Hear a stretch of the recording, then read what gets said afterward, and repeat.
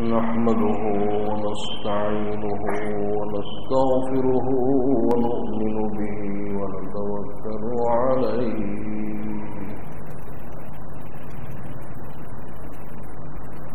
ونعوذ بالله من شرور أنفسنا ومن سيئات أعمالنا من يهده الله فلا مضل له ونشهد أن سيدنا ونبينا ومولانا محمدا عبده ورسوله نحمده ونستعينه ونستغفره ونؤمن به ونتوكل عليه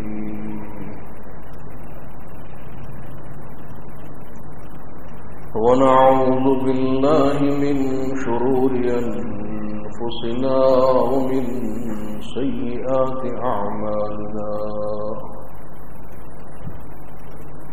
من يهده الله فلا مضل له ومن يضلله فلا هادي له ونشهد أن لا إله إلا الله وحده لا شريك له ونشهد أن سيدنا ونبينا ومولانا محمدا عبده ورسوله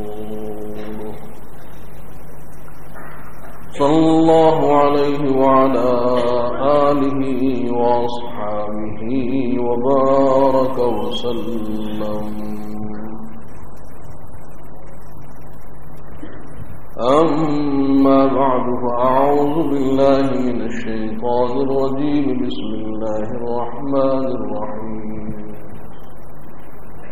إن الذين جاءوا بالإفك عصبة منكم لا تحسبوه شرا لكم بل هو خير لكم لكل امرئ منهم ما اكتسب من الإثم والذي تولى كبره منهم له عذاب عظيم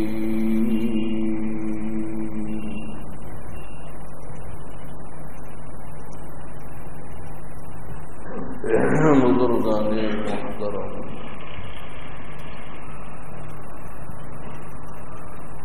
حضرات انبیاء علیہم السلام انسانوں کے سب سے زیادہ ہمدرد اور بھی خواہ ہوتے ہیں کہ جیسے ایک شفیق باپ اپنی اولاد کے لیے مہربان ہوتا ہے تو اس سے کہیں زیادہ وہ اپنی امت پر شفیق اور مہربان ہوتا ہے۔ انبیاء علیہ السلام نہیں چاہتے کہ کوئی بھی انسان جہنم میں جائے۔ ان کی دلی خواہش کہ انسان جہنم سے بچے اور جنت میں چلے جائے،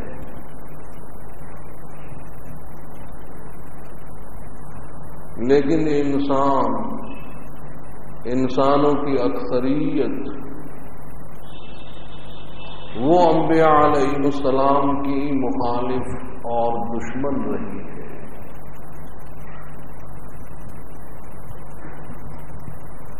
اور انہوں نے اپنے انبیاء علیہ السلام کو ایذائیں پہنچائی ہے، بلکہ قتل کیا ہے۔ کہ خود بنی اسرائیل نے بے شمار انبیاء بنی اسرائیل کو قتل کیا۔ وَيَقْتُلُونَ النَّبِيِّينَ بِغَيْرِ الْحَقِّ وَيَقْتُلُونَ الْأَنْبِيَاءَ بِغَيْرِ حَقٍّ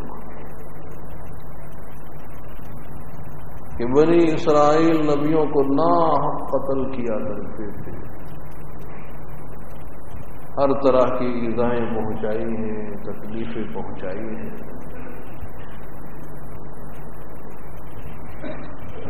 اور انبیاء علیہ السلام کی مثال یوں سمجھو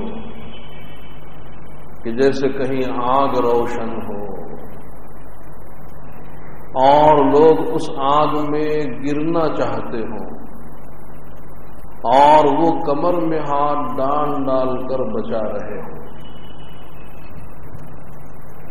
تو لوگ اپنے کفر اور شرک کی وجہ سے جہنم میں گرنا چاہتے ہیں، اور انبیاء علیہ السلام انہیں روک رہے ہیں کہ تم اپنے اس کفر اور شرک کو چھوڑ دو، اللہ کی توحید اختیار کر لو، ورنہ جہنم میں گرو گے۔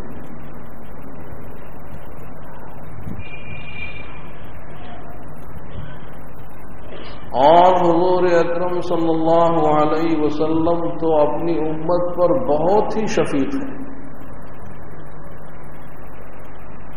اس لیے کہ حق تعالی نے آپ کو رحمت للعالمین بنا کر بھیجا ہے کہ وما ارسلناک الا رحمت للعالمین، آج ہی تو پڑھا گیا کہ ہم نے سارے جہان والوں کے لیے آپ کو رحمت بنا کر بھیجا ہے، تو آپ سارے عالموں کے لیے رحمت بن کر تشریف لائے،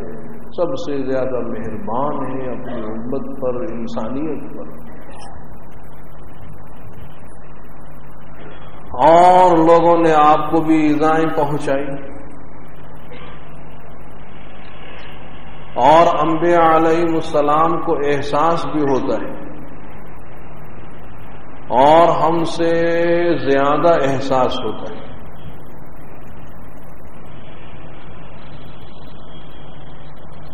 کہ دیکھیے حق تعالی نے ہمارے جسم میں حص رکھی ہے،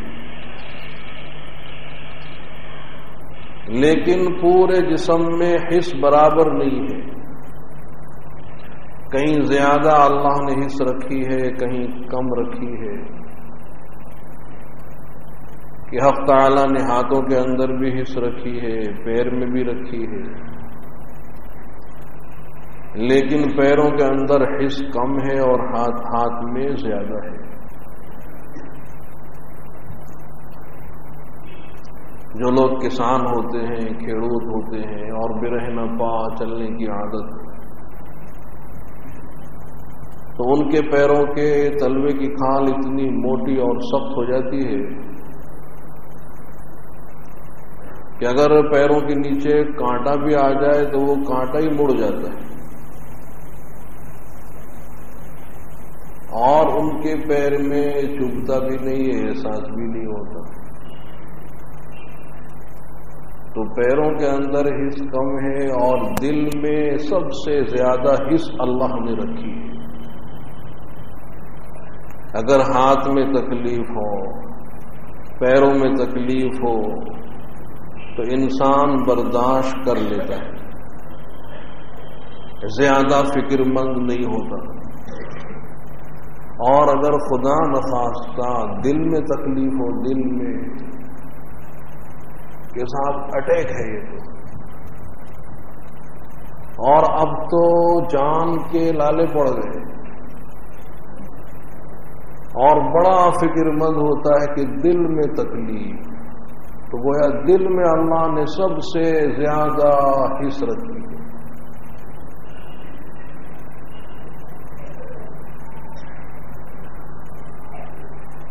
تو اب عام انسانوں کے قلوب، عام انسانوں کے دل حق تعالی نے جس مادے سے بنائے ہیں، تو انبیاء علیہ السلام کے جسم اللہ تعالی نے اس مادے سے بنائے، اور انبیاء علیہ السلام کے قلوب اس سے زیادہ لطیف مادے سے اللہ نے بنائے۔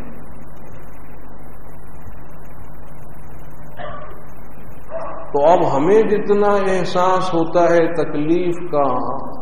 تو ہم سے زیادہ احساس ہوتا ہے تکلیف کا انبیاء علیہم السلام، اس لیے کہ ان کے دل زیادہ لطیف مادے سے بنائے گئے ہیں کہ عام انسانوں کے دل اللہ تعالیٰ نے جس مادے سے بنائے اس مادے سے تو اللہ تعالیٰ نے ان کے جسم بنائے، لہذا ان کے دل اور زیادہ لطیف مادے سے بنائے ہوئے ہیں۔ اچھا، عام انبیاء علیہم السلام کے قلوب، عام انبیاء علیہم السلام کے دل اللہ تعالیٰ نے جس مادے سے بنائے، اس مادے سے اللہ تعالیٰ نے اپنے محبوب کے جسم اطہر کو بنایا، اور آپ کا جو قلب اطہر ہے وہ بہت ہی زیادہ لطیف مادے سے اللہ نے بنایا ہے، تو سب سے زیادہ احساس آپ کو ہوتا ہے، اور اسی لیے آپ نے فرمایا کہ راہ خدا میں جتنی مجھ کو اذیتیں اور تکلیفیں پہنچائی گئی ہیں کسی نبی کو نہیں پہنچائی گئی۔ تو آپ کو ہر طرح کی اذیتیں پہنچائی گئی ہیں، جسمانی، قلبی، روحانی، ہر طرح کی تکلیفیں آپ کو دی گئی ہیں کفار کی جانب سے، کہ جسمانی ایذائیں آپ کو پہنچائی گئی کہ آپ نماز کی حالت میں ہیں، سجدے میں ہیں، اور مشرکین مکہ میں سے ابو جہل کہتا ہے کہ فلاں مقام پر اونٹنی ذبح کی گئی ہے، اور اس کی اوج، اس کی بچے دانی کون اٹھا کر لاتا ہے کہ آپ کی پشت مبارک پر رکھ دی جائے سجدے کی حالت میں؟ تو وہ قوم کا بدبخت عقبہ ابن ابی معیط اٹھا اور اونٹنی کی وہ بچے دانی اٹھا کر لے آیا، اور آپ سجدے کی حالت میں ہیں، اور آپ کی پشت مبارک پر وہ اونٹنی کی بچے دانی رکھ دی گئی، اور اس کے وزن کی وجہ سے آپ سر کو نہیں اٹھا سکے، آپ سجدے میں ہیں۔ حضرت عبداللہ بن مسعود قریب میں ہیں، لیکن اتنی ہمت نہیں کہ آپ کی پشت کے اوپر سے ہٹا سکے، اور وہ سردار ہنس رہے ہیں، کھل کھلا کر ہنس رہے ہیں، اور ہنستے ہنستے ایک دوسرے پر گر رہے ہیں، اتنا آپ کا مذاق اڑایا گیا۔ کسی نے حضرت فاطمہ کو مطلع کر دیا، وہ بچی تھیں، گھر سے آئیں، اور آپ کی پشت مبارک کے اوپر سے اس اوج کو ہٹایا، اور ان کفار کو، بڑے بڑے سرداروں کو برا بھلا کہا۔ اتنی ہمت! جب آپ نماز سے فارغ ہوئے اور آپ نے ہاتھ اٹھائے دعا کے لیے، اور ان کے نام لے لے کر آپ نے اللہ تعالی سے بد دعا کی، ان کی ساری ہنسی بند ہو گئی، کیونکہ یقین تھا کہ آپ اللہ کے نبی ہیں، اور آپ کی بد دعا رائگاں نہیں جائے گی، وہ لگ کر رہے گی۔ آواز باختہ ہو گئے اور ساری ہنسی بھول گئے، تو آپ کو کیسی تکلیف پہنچائی؟ کہیں آپ کے راستے میں کانٹے بچھائے جا رہے ہیں۔ وہ آپ کا چچا ابو لہب، اس کی بیوی بچھایا کرتی تھی تاکہ آپ کو تکلیف ہو،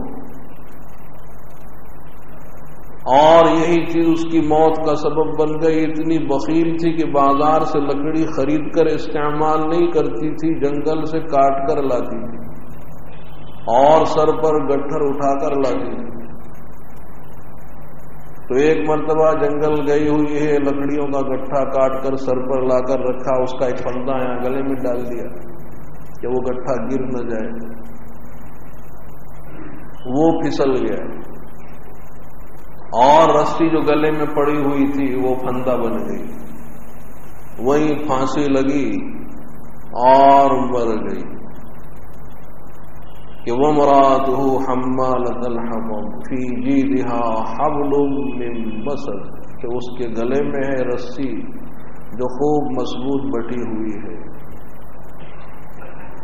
تو آپ کی ایذا کے لیے سامان کیا، اللہ تعالی نے اسی کو موت کا سبب بنایا، اور آپ طائف تشریف لے گئے، اور اہل طائف نے آپ پر کتنی سنگباری کی ہے کہ آپ کا جسم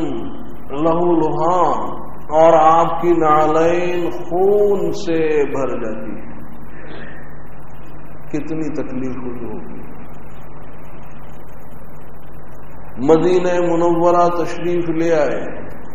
تو وہاں بھی بار بار چڑھائییں کی، آپ کے دندان مبارک کو شہید کیا، اور خود کی 2 کڑیاں آپ کے رخسار میں پیوست ہو گئی، اور آپ کا سر زخمی ہو گیا کہ وہ جو لوہے کی ٹوپی ہے کسی نے اتنی زور سے تلوار ماری تھی کہ وہ خود سر پر ٹوٹ گئی۔ تو آپ کے سر مبارک کو کتنی چوٹ آئی ہوگی۔ الزام تراشیاں آپ پر خوب ہوئی، کہیں آپ کو مجنون کہا گیا، اور کہیں آپ کو مفتری کہا گیا، کہیں آپ کو کذاب کہا گیا، کہیں آپ کو ساحر کہا گیا، کہیں آپ کو شاعر کہا گیا۔ ہر طرح کی الزام تراشی انہوں نے آپ پر کی، اور آپ کے قتل کی سازشیں ہوئی کہ دیوار کے نیچے بٹھایا، اور منصوبہ یہ تھا کہ دیوار کے اوپر سے ایک وزنی چٹان کو گرایا جائے گا کہ جس سے کچل کر آپ شہید ہو جائیں، لیکن بر وقت اللہ نے وحی کے ذریعے آپ کو مطلع فرمایا، اور آپ وہاں سے اٹھ کر چل گئے۔ اور اگر آپ بیٹھے رہتے تو وہ تو یہود اپنے منصوبے میں کامیاب ہو جاتے۔ زہر دے کر آپ کو شہید کرنے کی کوشش کی کہ وہ ایک یہودیہ عورت کہ جس نے بکری کے دست میں زہر ملایا اور بھون کر آپ کو پیش کر دیا، اور بعض صحابہ تو شہید ہو بھی گئے، اور آپ نے بھی ایک بوٹی اس میں سے تناول فرمائی تھی، منہ میں رکھی تھی، لیکن آپ نے صحابہ سے کہا کہ مت کھاؤ، یہ گوشت مجھ سے کہہ رہا ہے کہ یا رسول اللہ لا تأکلنی فإنی مسمومہ، کہ اے اللہ کے رسول آپ مجھے نہ کھائیے چونکہ مجھ میں زہر ملا ہوا ہے۔ وہ بھنا ہوا گوشت کلام کر رہا ہے، لیکن چونکہ آپ نے منہ میں رکھ لیا تھا، اتنا شدید زہر تھا کہ جو آپ کے حلق کا کوا ہے وہ سیاہ ہو گیا، اور بالآخر یہی سبب بنا ہے مرض وفات کے لیے، یہی سبب بنا ہے۔ تو زہر دے کر آپ کو شہید کرنے کی کوشش کی گئی، اور آپ پر سحر کیا گیا، جادو کے ذریعے سے آپ کو تکلیف پہنچائی گئی، اور آپ کو روحانی اور قلبی تکلیف کہ جو آپ کی اہلیہ ہیں، اور جو سب سے زیادہ عاقلہ ہیں، فقیہہ ہیں، متقیہ ہیں، صدیقہ ہیں، ان پر تہمت لگائی تھی، کہ جس کا تذکرہ اللہ تعالی نے اس رکوع میں فرمایا جو آج پڑھا گیا کہ ان الذین جاءوا بالافک عصبۃ منکم لا تحسبوه شرا لكم بل هو خير لكم لكل امرئ منهم ما اكتسب من الإثم والذي تولى كبره منهم له عذاب عظيم۔ اور ان منافقین کا مقصد تو آپ کو قلبی اور روحانی تکلیف پہنچانا ہی تھا، اس لیے انہوں نے حضرت عائشہ کا انتخاب کیا اور حضرت عائشہ پر تہمتیں لگائی، حالانکہ حضرت عائشہ پاک دامن ہے۔ تہمتیں آئی ہیں، بڑے بڑے لوگوں پر آئی ہیں۔ حضرت یوسف علیہ السلام پر تہمت، حالانکہ اللہ کے نبی ہیں، حضرت یوسف علیہ السلام پر تہمت آئی اور تہمت لگائی تھی خود زلیخا نے کہ من اراد بأہلک سوءا الا ان یسجن او عذاب علیم، کہ زلیخا اپنے شوہر سے کہتی ہے کہ جو آپ کی بیوی کے ساتھ برا ارادہ کرے اس کی سزا کیا ہو سکتی ہے سوائے اس کے کہ اس کو جیل خانے میں بھیجا جائے یا اور کوئی سخت سزا دی جائے۔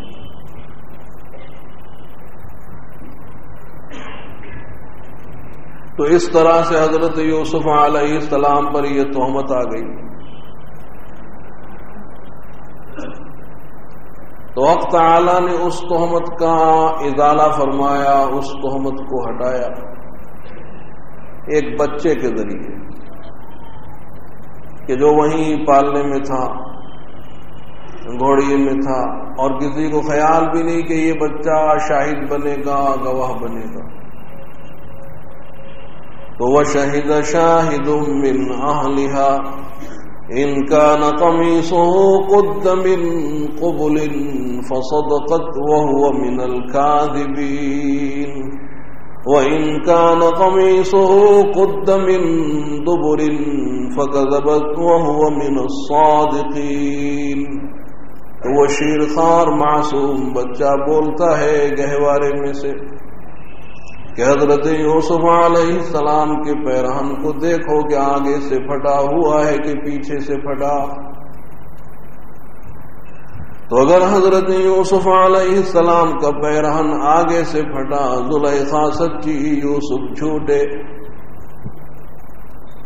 اور اگر وہ کرتا پیچھے سے پھٹا ہے تو یوسف سچے ہیں اور وہ جھوٹی ہے۔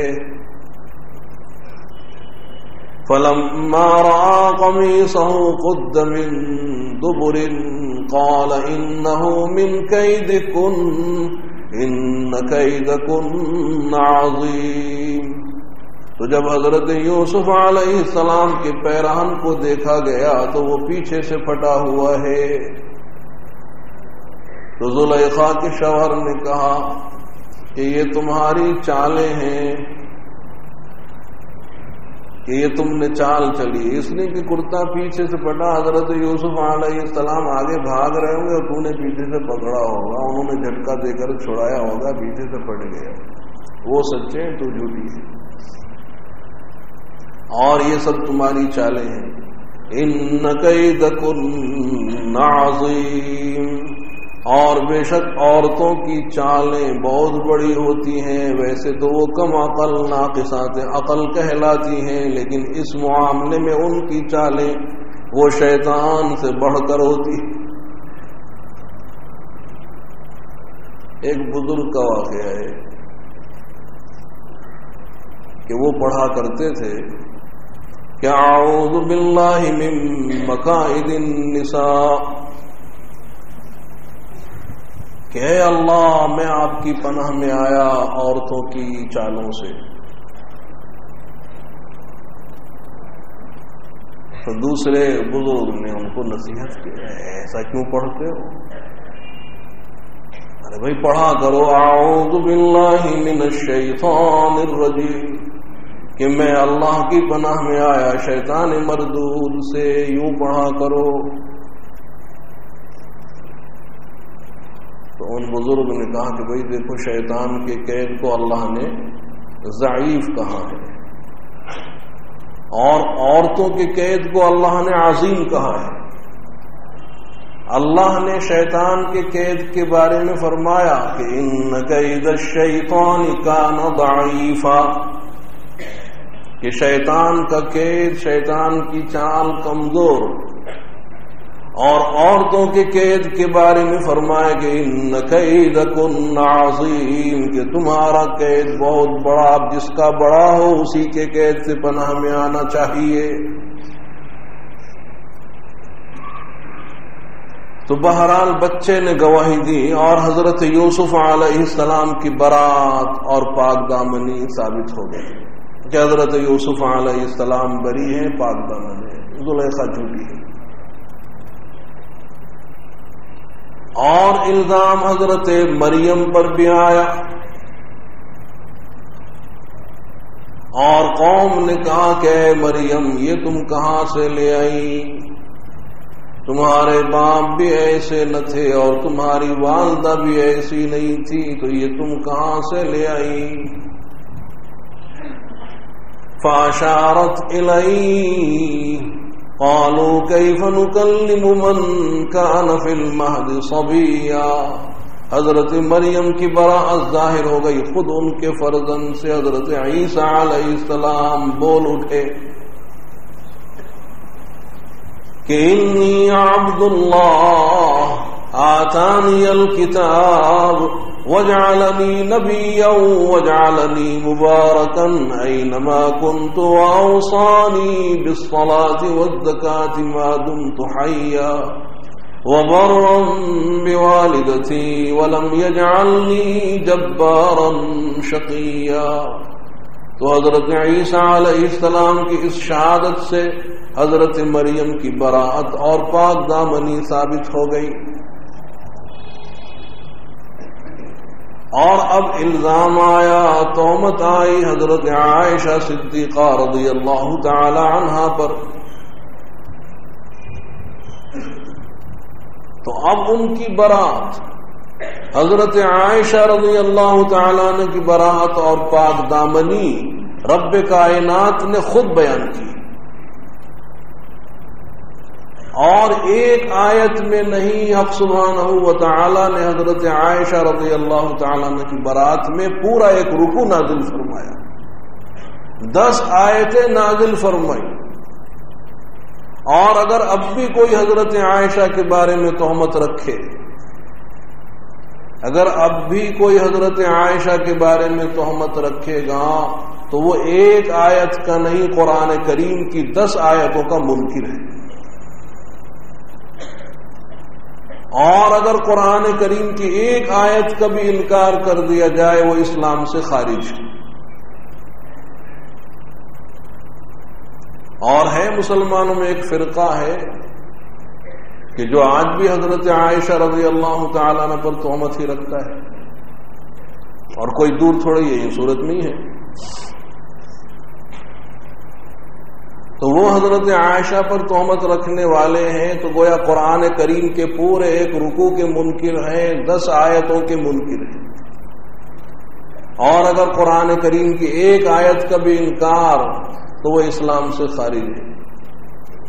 کہ یہاں حضرت عائشہ کی پاک دامنی کو اللہ تعالی نے بیان کیا ہے، اور واقعہ یہ ہوا کہ غزوہ بنو المصطلق، اور اسی کا دوسرا نام غزوہ مریسیع، کہ جو سن 6 ہجری میں ہوا ہے۔ تو اس غزوے سے واپسی ہو رہی تھی،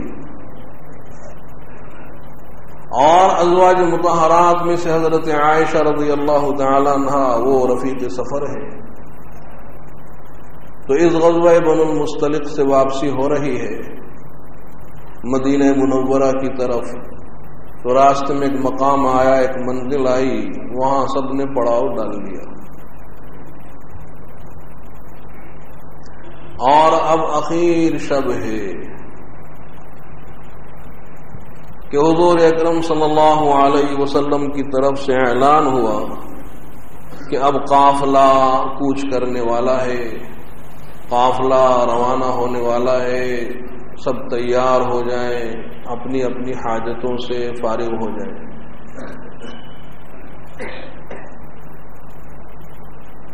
تو اب حضرت عائشہ رضی اللہ تعالیٰ عنہ کو بھی قضاء حاجت کی ضرورت تھی،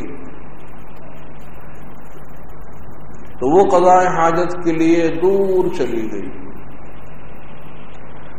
فارغ ہو گئی، اور فارغ ہو کر لوٹ رہی تھی، واپس آ رہی تھی کہ یہاں گلے پر جو ہاتھ پہنچا تو معلوم ہوا کہ جو ہار پہنے ہوئے تھے وہ ہار کہیں ٹوٹ کر گر گیا، اور وہ ہار خود کا نہیں تھا، کسی سے عاریتاً لیا تھا، مانگ کر لے لیا تھا، اس لیے زیادہ فکر کہ اگر اپنا ہو تو آدمی چھوڑ بھی دے، لیکن کسی سے مانگ کر لیا ہو تو اس کو کیا جواب دیا جائے گا؟ تو اس لیے حضرت عائشہ اس ہار کی تلاش میں لگی کہ یہیں کہیں گرا ہوگا، تو اس کے ڈھونڈنے میں، تلاش کرنے میں دیر ہو گئی، اور قافلہ وہ اپنی جگہ سے روانہ ہو گیا۔ اچھا، حضرت عائشہ رضی اللہ تعالیٰ عنہ کا جو اونٹ تھا،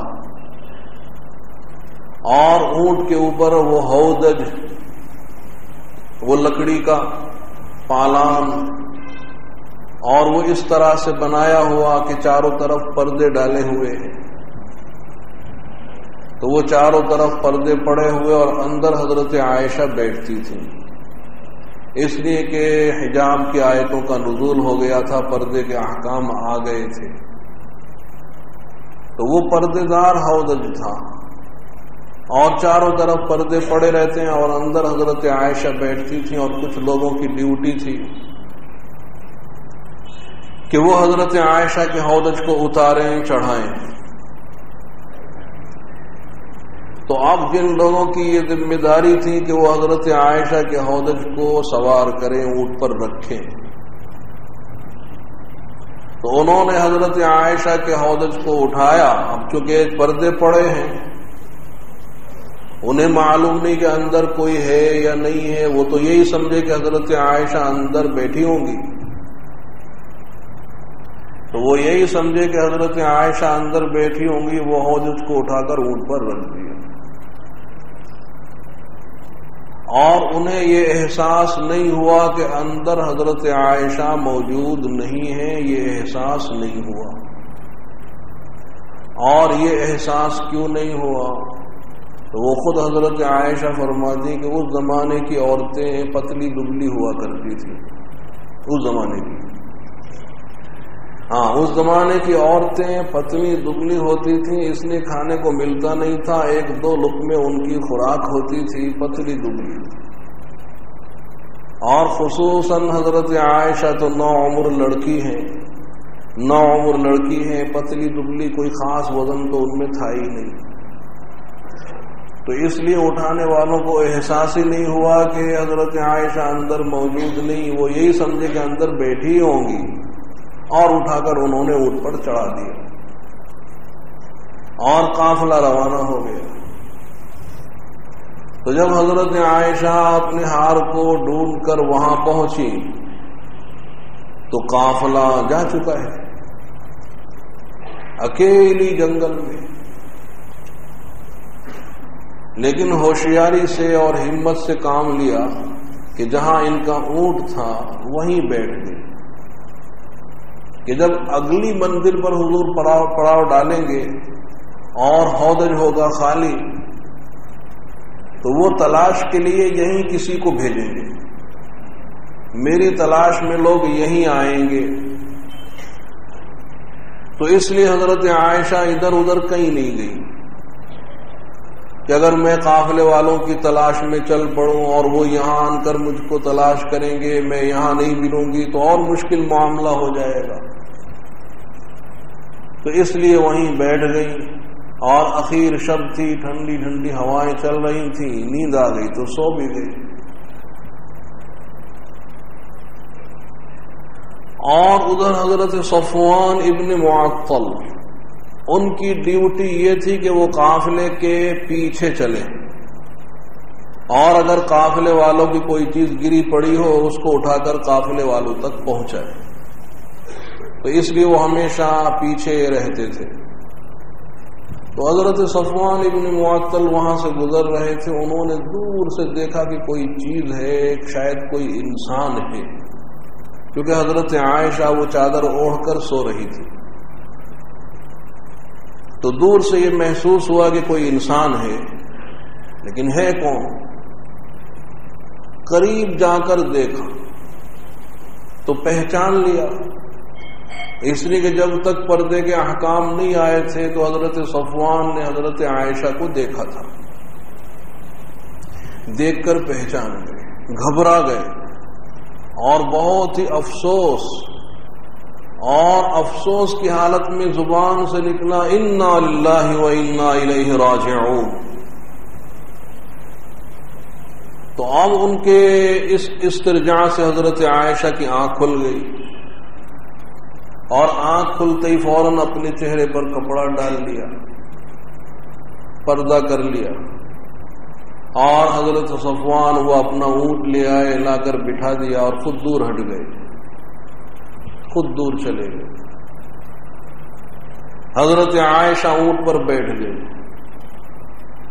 حضرت صفوان نے آگے سے اونٹ کی جو نکیل ہے، مہار ہے، وہ تھام لی اور آگے وہ چل دی۔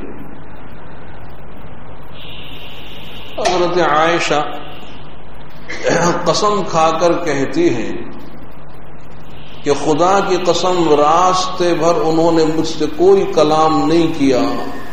اور علاوہ انا للہ و انا الیہ راجعون کہ اور کوئی بات میں نے ان سے نہیں سنی۔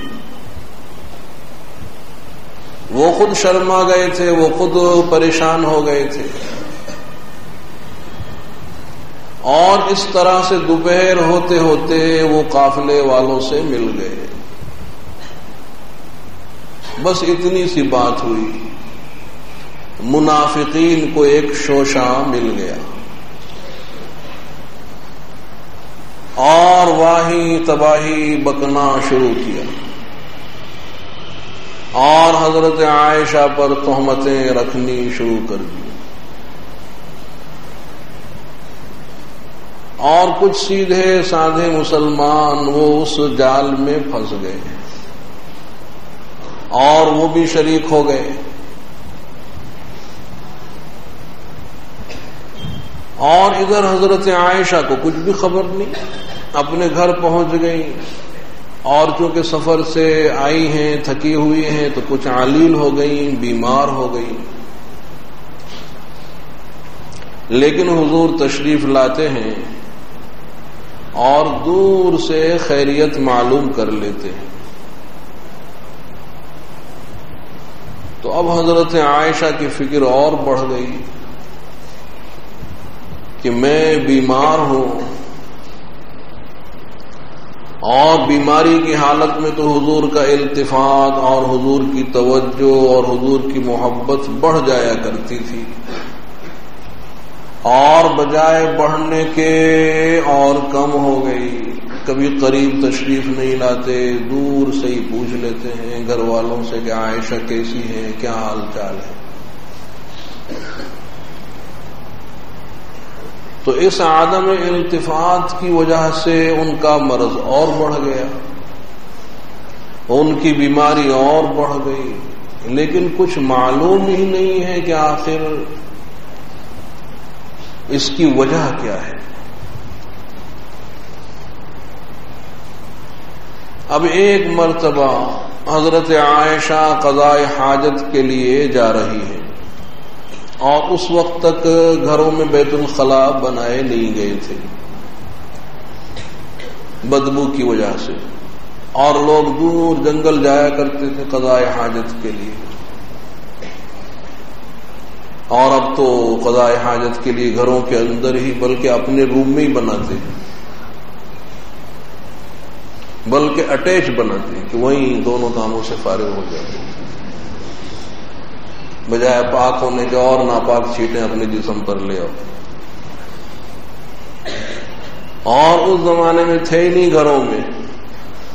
تو حضرت عائشہ قضاء حاجت کے لیے جا رہی ہیں رات میں، اور ایک صحابی حضرت مصطح وہ شریک ہو گئے تھے ان افواہوں کے پھیلانے میں، وہ شریک مسلمانوں میں سے صرف 3 ہی شریک ہوئے، 2 مرد اور 1 عورت، حضرت مصطح اور حضرت حسان ابن ثابت، یہ 2 مردوں میں سے، اور عورتوں میں سے صرف ایک تھی حضرت حمنہ بنت جہش، حضرت زینب بنت جہش کی بہن، وہ شریک. تو اب حضرت عائشہ قضاء حاجت کے لیے جا رہی ہیں ام مستح کے ساتھ، حضرت مستح کی والدہ کے ساتھ. قضاء حاجت کے لیے چلی گئی جنگل میں، اور جب فارغ ہو گئی تو وہاں سے واپسی ہو رہی تھی. تو حضرت مستح کی جو والدہ ہیں تو ان کا پیر خود ان کی چادر میں الجھا اور وہ گر پڑی. تو ان کی زبان سے نکلا تعیسا مستح، اور یہ عربی میں جملہ بددعائیہ ہے. تو گویا ماں اپنے بیٹے کو بددعا دے رہی ہے کہ تعیسا مستح، کہ مستح برباد ہو. حضرت عائشہ کو بہت تعجب ہوا، اور حضرت عائشہ کہتی کہ تم نے تو بہت ہی بری بات کہی، تمہارا بیٹا ہے اور نیک صالح ہے، صحابی ہے اور بدری صحابی ہے، اور تم اس کو کوس رہی ہو، بد دعا دے رہی ہو، یہ اچھی بات نہیں ہے. تو وہ کہتی ہیں ارے بیٹی تجھے خبر نہیں کہ تیرے بارے میں شہر میں کیا افواہیں پھیل رہی ہیں،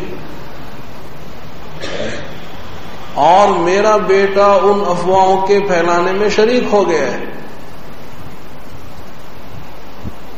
تو اب حضرت عائشہ نے پوچھا کہ میرے بارے میں آخر کیا افواہ ہیں. تو انہوں نے وہ پورا واقعہ بتلا دیا کہ ایسی ایسی افواہیں تمہارے بارے میں چل رہی ہیں، شہر میں گشت کر رہی ہیں، ہر گھر میں چرچے ہو رہے ہیں. تو اب حضرت عائشہ کو معلوم ہوا، اور گھر آئی ہیں تو بخار اور کپ کپی، مرض دگنا ہو گیا. بلکہ بار بار خیال آتا ہے کہ میں اپنے آپ کو ہلاک کر لوں، کسی کنویں میں گرا دوں، آخر مجھ پر یہ بدنامی کیوں آئی.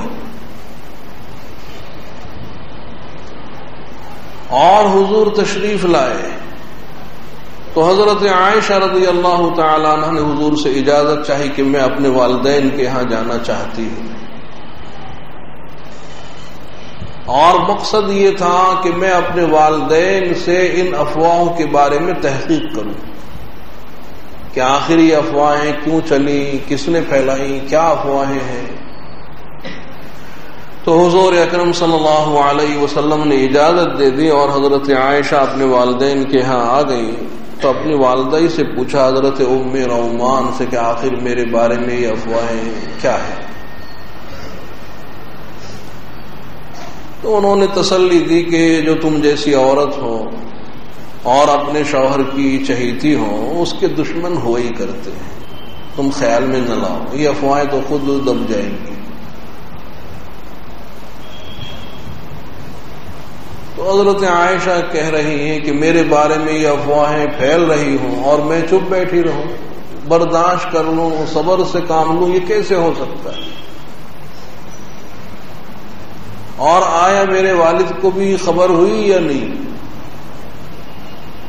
اور یہ کہہ کر حضرت عائشہ کی چیخیں نکل گئی. تو حضرت ابو بکر اوپر موجود تھے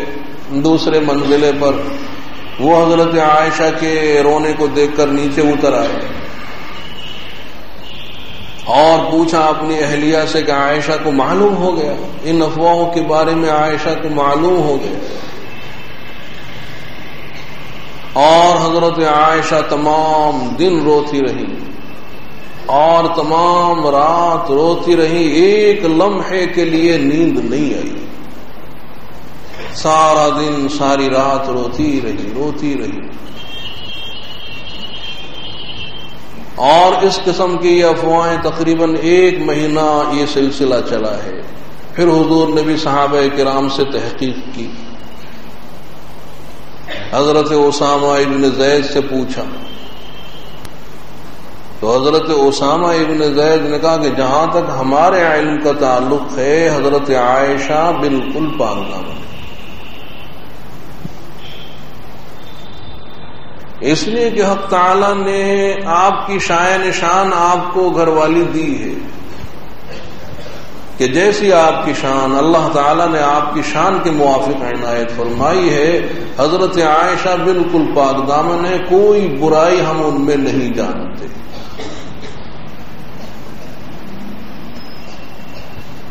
آپ نے حضرت علی سے پوچھا، حضرت علی نے حضور کی تسلی کے لیے کہا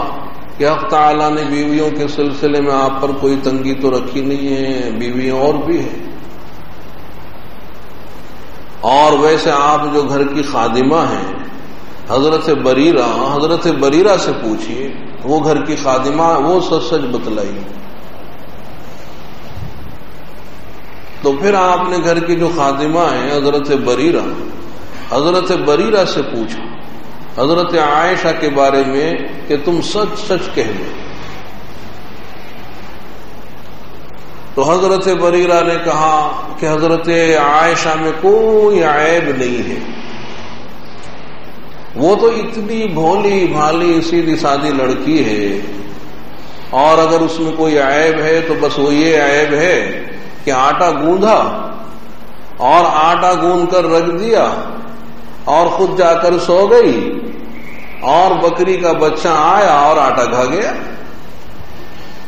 یعنی اتنی سیدھی سادی لڑکی ہے،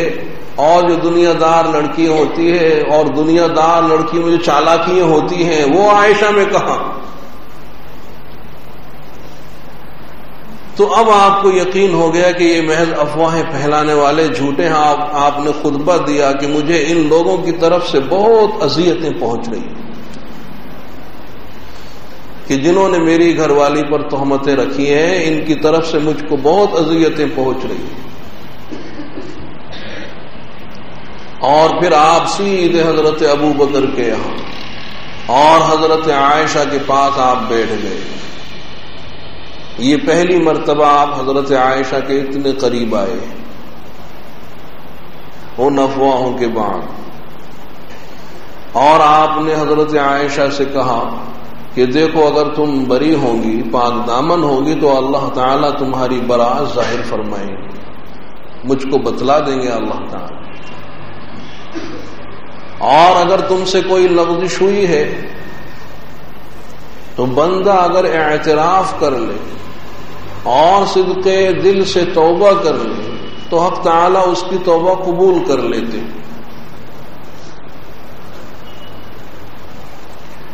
تو اب حضرت عائشہ نے اپنی والدہ سے کہا کہ اب حضور کو آپ جواب دیجیے۔ تو ام رومان نے کہا کہ میں کیا کہہ سکتی ہوں، اور میری تو سمجھ میں کچھ نہیں آ رہا، اور قرآن کریم بھی پورا پڑھا نہیں تھا، لیکن مجبوراً مجھ کو جواب دینا پڑا۔ لیکن اتنا بہترین جواب ہے کہ ایک نوعمر لڑکی اور جس پر یہ اتنا بھاری الزام آیا ہو، اور پھر بھی عقل ہوش و حواس کتنا برقرار ہے۔ تو حضرت عائشہ کہتی ہے کہ خدا کی قسم میں جانتی ہوں کہ آپ لوگوں نے ان افواہوں کو سنا اور سنتے رہے، اور یہ افواہیں اتنی سنی کہ دل میں جاگزی ہو گئی، دل میں بیٹھ گئی،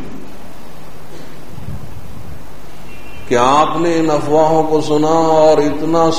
سنتے رہے کہ یہ افواہیں آپ کے دل میں جم گئی۔ اور اب اگر میں کہوں کہ میں بری ہوں، میں پاک دامن ہوں، اور اللہ جانتے ہیں کہ میں بری ہوں، لیکن آپ لوگ میری تصدیق نہیں کریں گے، اور اگر میں اعتراف کر لوں اس کام کا کہ جس کام کے بارے میں اللہ جانتے ہیں کہ میں بری ہوں، تو آپ لوگ میری تصدیق کریں گے۔ اور اب میری مثال اور آپ کی مثال وہ حضرت یوسف علیہ السلام کے والد جیسی ہے کہ انہوں نے کہا تھا کہ فصبر جمیل واللہ المستعان علی ما تصفون، کہ اب میرا کام صبر جمیل ہے، انہیں ایسا صبر کہ جس میں شکایت کا نام نہ ہو، اور جو کچھ آپ پر مجھ پر الزام اللہ تعالی اس سے بری کرنے والے ہیں۔ یہ کہہ کر حضرت عائشہ اپنے بستر پر جا کر لیٹ گئی اور کہتی کہ صدمے کی وجہ سے حضرت یوسف علیہ السلام کے والد کا نام بھول گئی، حالانکہ مشہور نام ہے حضرت یعقوب، لیکن وہ یاد ہی نہیں آیا۔ غم اور صدمے کی وجہ سے یعقوب یاد نہیں آیا اور کہا کہ یوسف کے والد، اور بستر پر لیٹی اور ادھر سب اپنی اپنی جگہ پر ہیں کہ حضور بھی جہاں تشریف فرما تھے حضور وہیں بیٹھے ہوئے ہیں، میں اپنی جگہ پر، میرے والدین اپنی جگہ پر، کہ حضور اکرم صلی اللہ علیہ وسلم پر نزول وحی کے آثار طاری ہو گئے، گویا آپ پر وحی کا نزول ہو رہا ہے، اور وہ آثار یہ تھے کہ سخت سردی کا زمانہ ہو تب بھی آپ کو پسینہ آتا ہے اور ثقل اور وزن آپ کا بڑھ جاتا ہے، تو وہ نزول وحی کے آثار طاری ہوئے، سب سمجھ گئے کہ اب حضور پر وحی کا نزول ہو رہا ہے۔ حضرت عائشہ تو اپنی جگہ پر مطمئن ہے اور ذرا بھی گھبراہٹ نہیں ہے، اس لیے کہ پاک دامن ہے، اور والدین ہیں کہ حضور کی طرف دیکھتے ہیں کہ نزول وحی ہو رہا ہے تو گھبراتے ہیں، ڈر لگتا ہے، لیکن جب حضرت عائشہ کے چہرے کو دیکھتے ہیں کہ یہ تو مطمئن ہے تو انہیں بھی اطمینان ہوتا ہے، اور جب وہ کیفیت دور ہوئی تو آپ کھڑے ہو گئے اور فرمایا کہ ابشری یا عائشہ، ابشری یا عائشہ، کہ عائشہ تمہیں بشارت، تمہیں خوشخبری ہو، اور حق تعالی نے تمہاری برات نازل فرمائی۔ یہ پورا رکوع اللہ نے نازل فرمایا وہیں اس موقع پر کہ ان الذین جاؤوا بالافک عصبۃ منکم لا تحسبوه شرا لکم بل هو خیر لکم لکل امرئ منهم ما اکتسب من الاثم والذی تولى کبرہ منهم له عذاب عظیم۔ یہ آیت اور بعد کی 9 آیتیں اللہ نے نازل فرمائی، اور حضرت عائشہ کی برات اور پاک دامن یہ اللہ نے بتلائی۔ تو اب والدین نے کہا کہ عائشہ اٹھو اٹھو اور حضور کا شکر ادا کرو، اور حضور کی پیشانی کا بوسہ لو۔ تو حضرت عائشہ بھی ناز میں آ گئی اور کہا کہ نہیں، اس نے کہ سب شک میں مبتلا ہو گئے تھے، اور اگر میں شکریہ ادا کروں گی اللہ کا ادا کروں گی، اللہ کا، کیونکہ اللہ نے میری برات اور میری پاک دامنی کو اتارا ہے، تو میں اگر کسی کا شکر ادا کروں گی صرف اللہ کا ادا کروں گی۔ تو حق تعالی نے حضرت عائشہ کی برات میں یہ پورا رکوع نازل فرمایا، تو ارشاد فرما کہ ان الذین جاؤوا بالافک، کہ جو لوگ افک کو لائے ہیں، اور افک کے معنی آتے ہیں پلٹ دینے کے، تو گویا حق کو باطل سے اور باطل کو حق سے پلٹ دینا، سچ کو جھوٹ اور جھوٹ کو سچ بنا دینا۔ تو اب جو بالکل متقی ہے، پاک دامن ہے، پاک باز ہے، اس کو فاسق کر کے پیش کیا جائے، یا جو فاسق ہے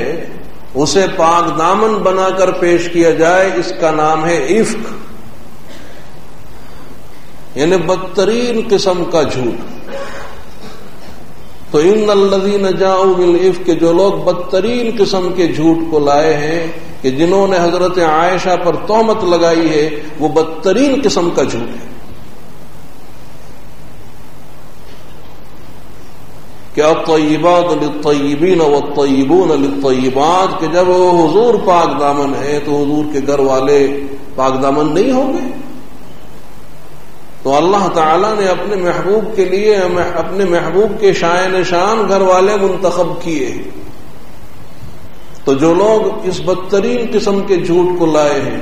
وہ تم میں سے ایک مختصر سی جماعت ہے، تھوڑے افراد ہیں، کہ مسلمانوں میں سے تو صرف 3 ہی ہیں، 2 مرد تھے، حضرت مصطح اور حضرت حسان، اور عورتوں میں سے ایک ہی ہے فقط حضرت حمنہ، اور سب سے بڑا تو وہ تھا والذی تولی کبرہ منہم، کہ ابی ابن سلول جو رأس المنافقین، کہ منافقوں کا سردار، اس نے یہ افواہیں چلائی تھی. تو جس نے ان افواہوں کو گڑھا اور شہر میں چلتا کیا ہے اس کے لیے دردناک عذاب ہوگا. تو ان آیتوں کے نزول کے بعد آپ نے سب پر حد قذف جاری کی ہے، یعنی 80 کوڑے آپ نے لگوائے ہیں، اور یہ تو چونکہ بڑا تھا اس پر ڈبل حد جاری ہوئی، بجائے 80 کے اس کو 160 کوڑے لگائے گئے. تو والذی، اور یہ تو دنیا میں سزا ہے، اور جو بہرحال مومن تھے جیسے حضرت مصطح ہوئے، حضرت حسان ہوئے، حضرت حمنہ، انہوں نے تو بعد میں صدق دل سے توبہ کر لی، اور حضرت حسان تو بعد میں پچھتاتے تھے، اور حضرت حسان تو شاعر ہیں، بہترین شاعر رسول، اور پھر حضرت عائشہ کی شان میں قصیدے لکھے، ان کی برات میں اشعار کہے. اور وہ جو بڑا منافق تھا اس نے دنیا میں تو یہ سزا کھائی، 80 کوڑے لگے یا 160، لیکن اس نے کوئی توبہ نہیں کی. تو دنیا میں یہ سزا ہے، اور آخرت میں بہرحال منافقین، ان المنافقین فی الدرک الاسفل من النار، وہ تو جہنم کے سب سے نچلے طبقے میں ہوں گے، اور اس تہمت اور بہتان تراشی کی وجہ سے اس کا عذاب اور بڑھ جائے کہ والذی تولی کبرہ منہم لہ عذاب عظیم لولا اذ سمعتموہ ظن المؤمنون والمؤمنات بانفسہم خیرا.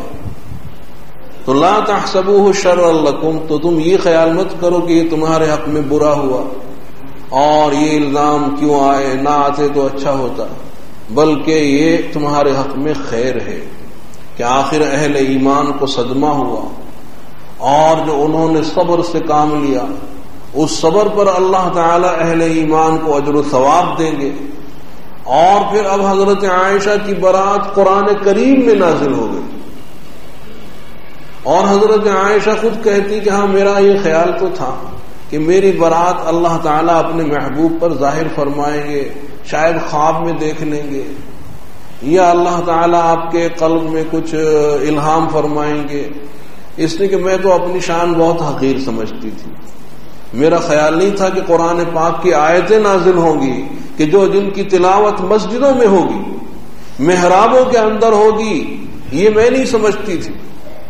تو اب دیکھیے رب کائنات نے حضرت عائشہ کی برات کو نازل فرمایا، قرآن کریم میں نازل فرمایا، اور آج تک وہ آیتیں پڑھی جا رہی ہیں، مسجدوں کے اندر پڑھی جا رہی ہیں، تراویح کے اندر پڑھی جا رہی ہیں، محرابوں کے اندر پڑھی جا رہی ہیں، اور صاحب پڑھی جاتی رہے گی. تو لہذا یہ تمہارے حق میں بہتر ہوا. تو لا تحسبوه شرا لكم بل هو خير لكم لكل امرئ منهم ما اكتسب من الاثم، اور جس نے جتنا حصہ لیا ہے وہ اتنا ہی گنہگار ہوگا. کہ ان افواہوں کے پھیلانے میں جس نے جتنا حصہ لیا وہ اتنا ہی گنہگار کہ جس نے ان افواہوں کو گڑھا اور گڑھ کر شہر میں چلتا کیا اور پھر اس کو رنگ دیے اور پھیلاتا رہا، وہ سب سے بڑا گنہگار. اور جو سن کر شک میں پڑ گیا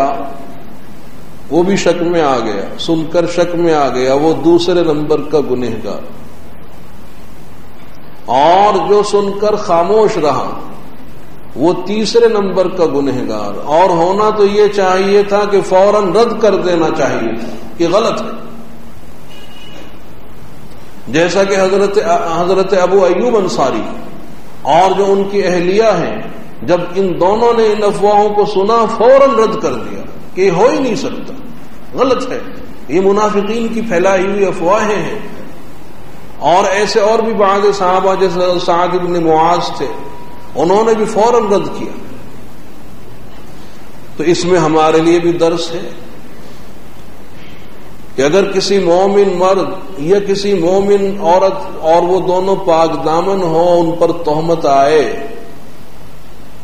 تو اب یہ نہیں کہ صاحب ہم سن کر شک میں پڑ جائیں یا خاموش ہو جائیں، نہیں، بلکہ ہماری ذمہ داری ہے کہ ہم فوراً رد کر دیں اور اس کی تکذیب کریں، اور اگر ہم خود اس میں شریک ہو گئے تو گنہگار ہو جائیں گے۔ جیسے اللہ تعالیٰ نے وہاں فرمایا تھا کہ اللہ تعالیٰ تم کو نصیحت کرتے ہیں، یعظکم اللہ ان تعودوا لمثلہ ابدا ان کنتم مؤمنین،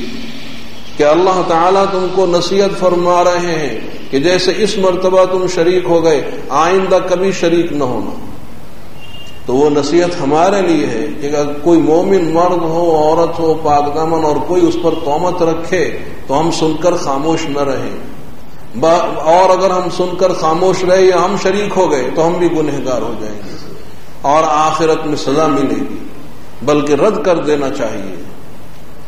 اس لیے کہ اگر ایک مسلمان دوسرے مسلمان پر تہمت رکھتا ہے تو صرف اس کا نقصان نہیں بلکہ پورے معاشرے کا نقصان ہے، کہ اسلام یہ پورا ایک معاشرہ ہے، یہ پوری ایک برادری ہے، اور اگر کسی ایک مومن نے دوسرے مومن پر تہمت لگائی تو وہ دوسرے پر نہیں بلکہ پورے مسلمانوں پر آتی ہے کہ مسلمان ایسے ہوتے ہیں۔ تو لہذا رد کرنا چاہیے، اور جب تک مسلمان متحد رہے، کامیاب اور غالب رہے، اور جب سے مسلمانوں کے اندر یہ افتراق پیدا ہوا ہے، مغلوب ہو گئے، تو مسلمانوں کی مثال تو جیسے ایک جسم ہوتا ہے۔ اگر آنکھ میں تکلیف تو صرف آنکھ کو تکلیف نہیں ہوتی، پورا جسم تکلیف محسوس کرتا ہے۔ اگر کان میں تکلیف ہو تو صرف کان میں نہیں ہوتی، پورا جسم تکلیف محسوس کرتا ہے۔ اگر ایک انگلی میں تکلیف ہو، بلکہ اگر ایک ناخن میں تکلیف ہو، پورا جسم تکلیف محسوس کرتا ہے۔ تو اس طرح سے مسلمان یہ پورا ایک معاشرہ ہے۔ مسلمانوں کے اندر جب تک بھی اتفاق اور اتحاد رہا ہے، مسلمان غالب رہے ہیں۔ جب سے یہ پھوٹ پڑی ہے، مغلوب ہوئے ہیں۔ تو مسلمانوں کے اندر اتحاد اور اتفاق ہونا چاہیے، سب مسلمان ایک ہوں۔ یہ درس اللہ نے دیا کہ کوئی کسی پر الزام نہ لگائے، کوئی کسی پر عیب نہ لگائے، کوئی کسی کے عیب جوئی کے پیچھے نہ پڑے، اور اگر سنو آپ تو اس کا ساتھ نہ دو بلکہ اس کی تکذیب کرو۔ حق سبحانہ و تعالی ان درمین اصول پر عمل کرنے کی توفیق ہم کو نصیب فرمائے۔ اللهم لك الحمد ولك الشكر، اللهم لك الحمد ولك الشكر، اللهم لا أحصي ثناء عليك أنت كما أثنيت على نفسك، اللهم صل على سيدنا محمد النبي الأمي وعلى آله وسلم تسليما، اللهم صل على سيدنا محمد النبي الأمي وعلى آله وسلم تسليما، اللهم ربنا آتنا في الدنيا حسنة وفي الآخرة حسنة وقنا عذاب النار، ربنا لا تزغ قلوبنا بعد إذ هديتنا وهب لنا من لدنك رحمة إنك أنت الوهاب، ربنا إنك جامع الناس ليوم لا ريب فيه إن الله لا يخلف الميعاد، اللهم أعنا على ذكرك وشكرك وحسن عبادتك، واعف عنا واغفر لنا وارحمنا أنت مولانا فانصرنا على القوم الكافرين، ربنا لا تجعلنا فتنة للقوم الظالمين ونجنا برحمتك من القوم الكافرين، رب اغفر وارحم، رب اغفر وارحم وأنت خير الراحمين، ربنا إننا ظلمنا أنفسنا وإن لم تغفر لنا وترحمنا لنكونن من الخاسرين، اللهم إنك عفو تحب العفو فاعف عني، اللهم إنك عفو كريم تحب العفو فاعف عنا، اللهم إنك عفو كريم تحب العفو فاعف عنا، اللهم إنا نسألك من خير ما سألك منه نبيك محمد صلى الله عليه وسلم، ونعوذ بك من شر ما استعاذك منه نبيك محمد صلى الله عليه وسلم، وأنت المستعان وعليك البلاغ ولا حول ولا قوة إلا بالله، اللهم زدنا ولا تنقصنا، وأكرمنا ولا تهنا، وأعطنا ولا تحرمنا، وآثرنا ولا تؤثر علينا، وارض عنا وارضنا، اللهم إنا نسألك العفو والعافية والمعافاة الدائمة في الدنيا والآخرة، الہ العالمین ہمارے گناہوں کو معاف فرما، ہماری سیئات سے درگزر فرما، حسنات کو قبول فرما۔ الہ العالمین ہمارے جرم عظیم کو معاف فرما۔ الہ العالمین ہم سے بہت ہی گناہ ہوئے ہیں، بہت سی معصیتیں ہوئی ہیں، نہ معلوم کتنے پاک دامن لوگوں پر ہم نے تہمتیں رکھی ہوں گی، اور اس جرم عظیم کے ہم مرتکب ہوئے ہیں۔ الہ العالمین ہمارے اس جرم عظیم کو معاف فرما۔ الہ العالمین ہماری زبانوں کی حفاظت فرما اور ہمارے کانوں کی حفاظت فرما۔ الہ العالمین ہمارے ذہنوں اور ہمارے قلوب کی حفاظت فرما۔ الہ العالمین ہمارے سینوں اور دلوں کو اپنی معرفت کے نور سے، ایمان کے نور سے منور فرما۔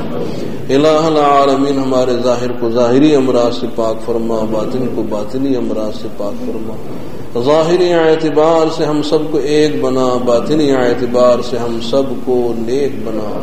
الہ العالمین شریعت مطہرہ پر مکمل عمل کرنے کی توفیق نصیب فرما۔ اپنے محبوب سرکار دو عالم صلی اللہ علیہ وسلم کی جمیع سنن پر مکمل عمل کرنے کی توفیق نصیب فرما۔ الہ العالمین ہماری زندگیوں میں دین آئے اور ہماری زندگیوں میں آپ کی سنتیں آ جائیں۔ الہ العالمین سنتوں پر عمل پیرا ہونے کی توفیق نصیب فرما۔ الہ العالمین جب تک بھی ہم زندہ رہیں تو اسلام پر زندہ رہیں، موت آئے تو ایمان کی حالت میں موت آئے، خاتمہ بالخیر فرما دیں، مرتے وقت کلمہ نصیب فرما دیں۔ الہ العالمین اپنی رضا نصیب فرما دیں۔ جس وقت ملک الموت آئے روح قبض کرنے کے لیے، الہ العالمین جنت کا مژدہ سنائے، جنت کا مژدہ سنائے، تیرا سلام، تیرے سلام کا پیغام پہنچائے اور روح قبض کر لیں۔ الہ العالمین، الہ العالمین ہماری پریشانیوں کو دور فرما، ہماری تکالیف کو دور فرما۔ الہ العالمین جو بیمار ہیں ان کو شفا نصیب فرما، صحت نصیب فرما۔ الہ العالمین ہمیں، ہمارے اعزہ میں جو بیمار ہیں ان کو صحت تندرستی نصیب فرما۔ الہ العالمین جو حاجت مند ہیں ان کی حاجتوں کو پورا فرما، ہماری جائز حاجتوں اور تمناؤں کو پورا فرما۔ الہ العالمین جو بے روزگار ہیں ان کو برسر روزگار بنا دیں۔ الہ العالمین جو بے گھر ہیں ان کو گھر نصیب فرما دیں۔ الہ العالمین جو مقروض ہیں ان کو قرضوں سے سبکدوش فرما۔ جن کی آمدنی کم ہے، اخراجات زیادہ ہیں، ان کی آمدنی میں برکت عنایت فرما دے۔ الہ العالمین جو قید و بند کی صعوبتوں میں ہے، الہ العالمین غیب سے ان کی رہائی کی صورتیں پیدا فرمائے۔ الہ العالمین مسلمان عالم جہاں کہیں پریشان ہوں اور جس قسم کی پریشانی میں مبتلا ہو، الہ العالمین ان کی پریشانیوں کو دور فرما دے، ان کی تکالیف کو دور فرما دے۔ الہ العالمین مسلمان عالم کے حالت پر رحم فرمائے، مسلمان عالم کے حال پر رحم فرمائے۔ الہ العالمین ان کی نصرت فرما دے، مدد فرما دے، عزت نصیب فرما دے۔ الہ العالمین ترقی عنایت فرما دے۔ الہ العالمین ہماری صفوف میں اتحاد پیدا فرمائے، اتفاق پیدا فرمائے، ہم سب کو متحد کر دے۔ الہ العالمین ہم سب کو ایک جان بنا دے، سیسہ پلائی ہوئی دیوار کی طرح سے ایک کر دے، مضبوط بنا دے۔ الہ العالمین ہم سے نفاق کو دور کر دے اور ہمارے دلوں میں اخلاص کو پیدا فرما دے۔ الہ العالمین ہمارے قلوب میں اپنا رعب اور اپنا خوف پیدا فرمائے اور اپنی رحمتوں کی امید پیدا فرمائے۔ الہ العالمین ہمارے دلوں سے اغیار کے خوف کو نکال لے، دشمنوں کے خوف کو نکال لے، بلکہ ہمارا خوف ان کے دلوں میں بٹھا دے۔ الہ العالمین ہماری صفوف میں اتحاد پیدا فرمائے، ہماری نصرت فرمائے۔ الہ العالمین ہماری نصرت فرمائے، ہر میدان میں ہماری مدد فرمائے۔ الہ العالمین ہر میدان میں ہر موقع پر ہماری نصرت فرمائے۔ الہ العالمین قدم قدم پر ہماری نصرت اور مدد فرمائے۔ الہ العالمین آپ کی معیت ہمارے ساتھ میں رہے۔ الہ العالمین آپ کی معیت رہے، آپ کی نصرت ہمارے ساتھ میں رہے۔